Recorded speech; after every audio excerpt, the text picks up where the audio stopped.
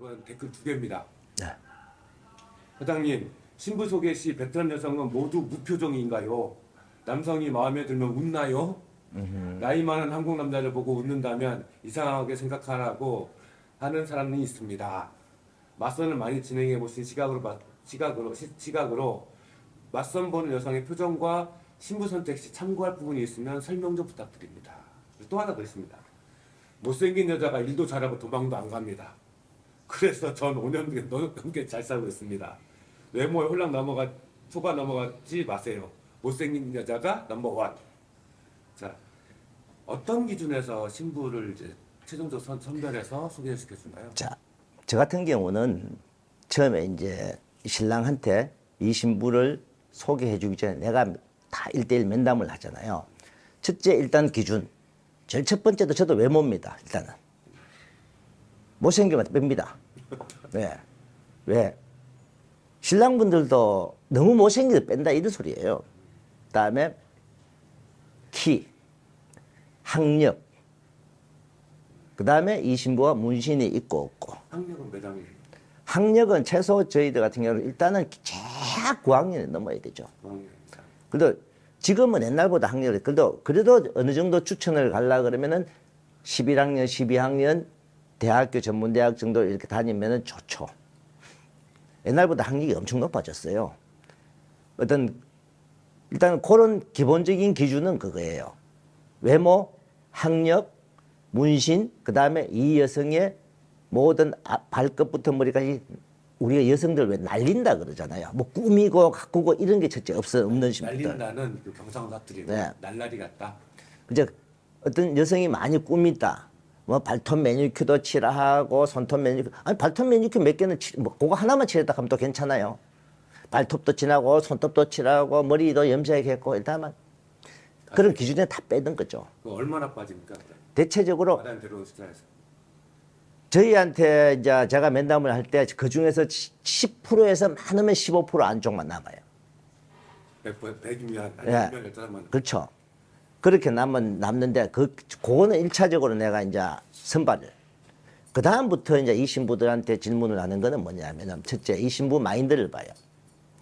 첫째 이 신부들도 제가 질문을 할 때 항상 웃는 얼굴 표정인지 웃는 얼굴. 그 다음에 저한테 걸어올 때 모습부터 시작해갖고 왜 어떻게 보면 면접 볼 때 왜 우리 걸어와서 인사 갖다가 하고 딱 앉는 사람. 여기서 오해가 있어요. 베트남 사람들도 인사하잖아요. 잘해요 인사. 그 다음에 근데 딱 앉자마자 다리 탁 꼬고 앉아요. 인사도 안 하고. 너 그건 안녕히 가세요. 볼 거 없이. 응? 그러니까 들어올 때 깍듯하게 인사하고 딱 앉아갖고 질문을 하고 답을 할 때 또박또박 하면서 이 신부가 항상 웃는 얼굴. 대답을 할 때 웃어요. 그러니까 옆에 사람들이 대화를 할 때 대답을 할 때도 뭔가 예의를 좀 갖출 줄 아는 신부. 그 다음에 신부들도요. 신랑이 마음에 드는 신랑이 될 수 있잖아요. 나중에 맞선을 볼 때 이 신랑이 마음에 들잖아요. 많이 웃습니다. 그리고 이 질문 사실이에요. 예, 그 신랑만 뚫어지게 봐요. 신랑분도 마찬가지예요. 저희도 우리가 맞선을 볼 중에 신랑분들이 첫눈에 저 신부다. 근데 그 신부도 첫눈에 신랑이다. 이걸 느끼는 신랑들이 있어요, 많이요. 그래서 서로가 관심이 있는 사람이 있으면은 당연히 더 질문도 더 하고 하잖아요. 근데 신랑분들도 그 여성을 보면서 계속 웃는단 말이에요. 그리고 신부도 신랑을 보고 많이 웃어요. 그러니까 신부가 무표정이다. 어떻게 보면은 그 신부는 형식적으로 틀에 박힌 맞선을 보고 있는 거예요. 자기가 나중에 이 신랑하고 맞선 보겠습니까? 네, 보겠습니다. 해도 신랑 나이하고 이렇게 보니까 맞선 봐도 되겠다. 어느 정도 이렇게 되니까 보는 거고. 진짜 자기가 좋은 여성. 우리 신부 중에 이런 신부가 있었어요. 저 신랑분이 너무 좋으니까 저 신랑 맞선 보게 해달라고 저한테 직접 이야기하는 신부가 있었어요. 야, 대담하네. 너무 좋아 보인대요. 너무 잘생겨 보이고. 여성분들도 자기가 진짜 관심 있고 마음에 드는 신랑분 있으면요. 그 신부하고 그 신부들은 신랑 계속 뚫어지게 보면서 막 계속 그냥 웃어요. 그러니까 맞선 볼 때 여성의 앞에 행동이 잘 웃고 질문을 또박또박 잘 하고 어떤 그런 여성이 예의도 있고 이런 여성이 낫다는 거예요. 그 다음에 제 기준에서 제가 많이 질문을 하는 게 첫째, 한국 가면은 뭐 할 겁니까? 제일 먼저 물어요. 물었을 때 한국 가서 돈도 벌고요 이 말이 먼저 나오는 신부들이 있어요. 그건 무조건 뺍니다. 일단은 신부들도 형식적으로 좀 요령 있는 대화를 하는 신부들. 일단 한국 가서 가정 충실하고 한국말도 배우고 그러고 나서 나중에 시간이 여유가 됐을 때 뭐 일하고 싶을 수 있으면 남편이 허락한다면 일도 하고 그러면은 그걸 신부들이 말하는 거는 몇 년 후다 이 말이에요. 한국 그런 식으로 대답을 해야 되지. 가자마자 뭐 할 거냐고 물었을 때 일하는 것부터 먼저 생각하는 신부들. 그건 무조건 뺍니다 저는.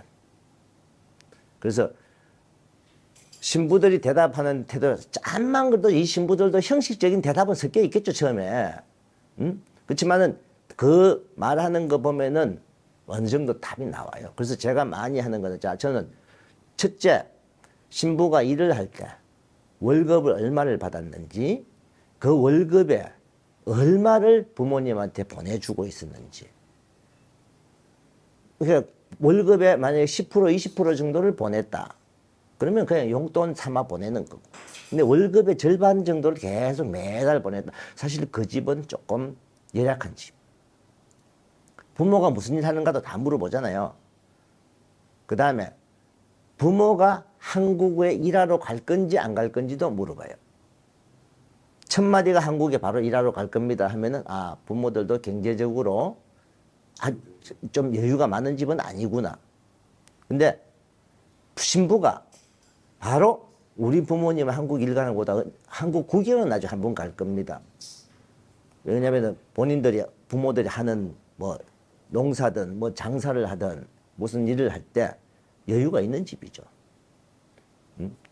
그런 집이다 보니까 그런 걸 하고 신부가 부모한테 매달 얼마씩 줬는지 그 다음에 이 신부가 부모님 집에서 살면서 회사를 다녔는지 이런 것도 부모님 집에서 회사를 다닐 때는 대부분의 신부들이요 월급을 엄마한테 다 줘요.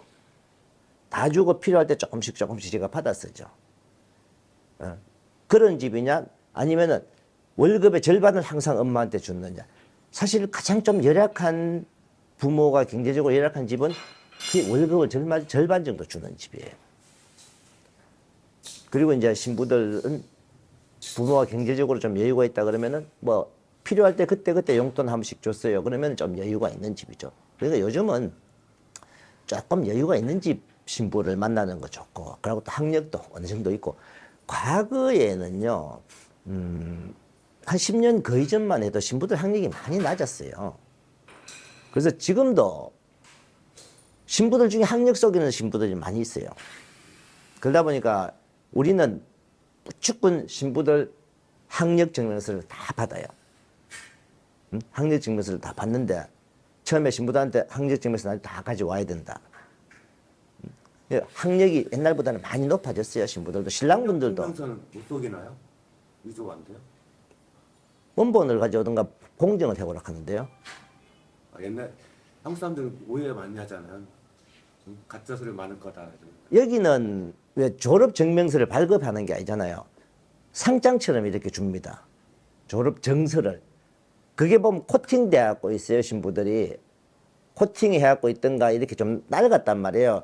나이가 예를 들어서 한 26, 7 된 신부 같으면은 벌써 한 7, 8년 이전에 고등학교를 졸업했잖아요.